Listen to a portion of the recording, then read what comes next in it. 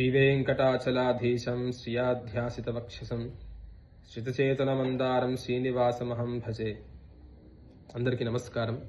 ముందుగా అగ్రహార బృందంలో ఉన్న సభ్యులందరికీ విశ్వావసునామ సంవత్సర శుభాకాంక్షలు. 30వ తారీఖు ఆదివారం రోజున శ్రీవేంకటేశ్వర స్వామి కృప వలన అగ్రహార బృందం వారి చేత లోక కళ్యాణార్థమై శ్రీనివాస కళ్యాణం జరిపించడం జరుగుతున్నది.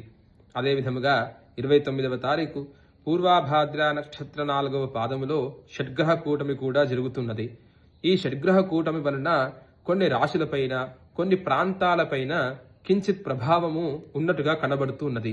అదేవిధముగా మనందరికి కూడా తెలిసిన విషయమే కలో వెంకటనాయక అని వచనము.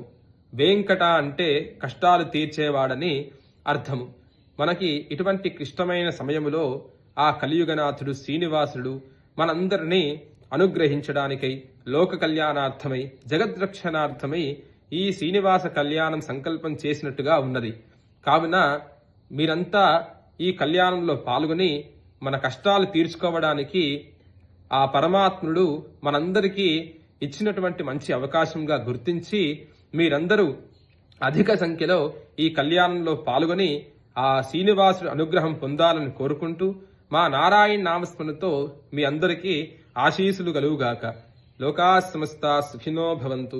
స్వస్తి ప్రజాభ్యః పరిపాలయంతాం న్యాయేన మార్గేణ మహీం మహిషాః.